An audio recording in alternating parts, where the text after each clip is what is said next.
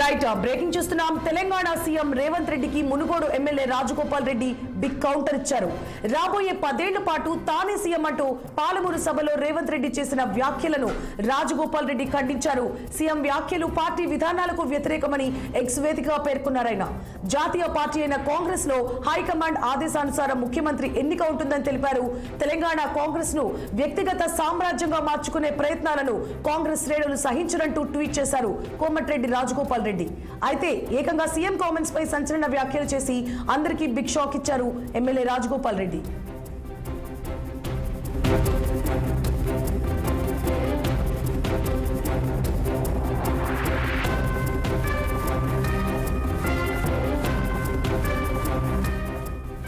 గత కొంతకాలంగా మునుగోడు ఎమ్మెల్యే రాజగోపాల్ రెడ్డి మంత్రి పదవి వస్తుందని ఆశలు పెట్టుకోవడం జరిగింది. ఇటీవల ముగ్గురిని మంత్రులుగా ప్రకటించడంతో ఆశలు వదులుకున్నారాయన. అధిష్టానం కూడా రాజగోపాల్ రెడ్డిని సముదాయించే ప్రయత్నం చేసింది. తనకు పదవులు ముఖ్యం కాదని ప్రజలలో ఉండడమే ముఖ్యమని రాజగోపాల్ రెడ్డి అధిష్టానంతో చెప్పినట్లు తెలుస్తోంది. రాష్ట్రంలో కొందరు నాయకులు తనకు మంత్రి పదవి రాకుండా అడ్డుకోవడం జరుగుతోందని చాలా సందర్భాల్లో చెప్పిన కోమటిరెడ్డి తాజాగా డైరెక్ట్ గా సీఎం రేవంత్ రెడ్డి పైనే ఎక్స్ వేదికగా అసంతృప్తి వెళ్లగక్కారు. ఈ పరిణామం కాంగ్రెస్ పార్టీలో ఎటు దారితీస్తుందోనన్న చర్చ మొదలైంది.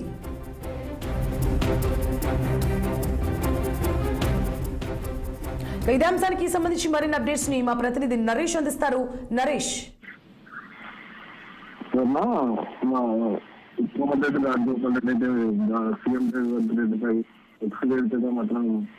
వ్యాఖ్యలు చేశారు. అయితే ముఖ్యంగా చూసుకోవచ్చు, నిన్న పాలమూరు సభలో సీఎం రేవంత్ రెడ్డి పాలమూరు బిడ్డగా నేనే 10 సంవత్సరాలు సీఎం గా ఉంటానని ప్రకటించారు. దీనికి సంబంధించి మాత్రం మునుగోడు ఎమ్మెల్యే రాజగోపాల్ రెడ్డి ఎక్స్పీరియన్స్ గా మాత్రం సీఎం రేవంత్ రెడ్డిపై ఘాటు వ్యాఖ్యలు అయితే చేశారు. రాబోయే 10 ఏళ్లలో నేనే ముఖ్యమంత్రిని రేవంత్ రెడ్డి గారు ప్రకటించుకోవడం కాంగ్రెస్ పార్టీ విధానాలకు వ్యతిరేకం. జాతీయ పార్టీ అయిన కాంగ్రెస్ లో అధిష్టానం ఆదేశాల మేరకు ప్రజాస్వామ్యబద్ధంగా ముఖ్యమంత్రి ఎన్నిక ఉంటుంది. తెలంగాణ కాంగ్రెస్ ను వ్యక్తిగత సామ్రాజ్యంగా మార్చుకునే ప్రయత్నాలను నిఖార్సైన కాంగ్రెస్ నాయకులు కార్యకర్తలు సహించారని చెప్పేసి కూడా తన ఎక్స్ వేదికగా మాత్రం కోమటిరెడ్డి రాజగోపాల్ రెడ్డి గారు ప్రకటించారు.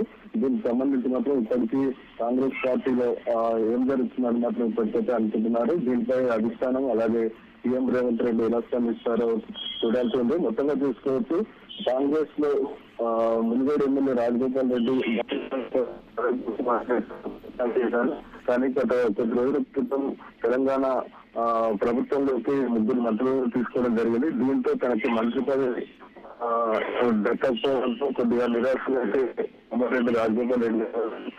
ఈ పరిణామాలను చూసుకుంటే మాత్రం మంత్రి పదవితో పాటు అలాగే కాంగ్రెస్ లో జరుగుతున్న కొన్ని పరిణామాలపై రాజగోపాల్ రెడ్డి గారు మాత్రం సీఎం రేవంత్ రెడ్డిపై ఘాటు వ్యాఖ్యలు చేస్తారని అనుకోవచ్చు.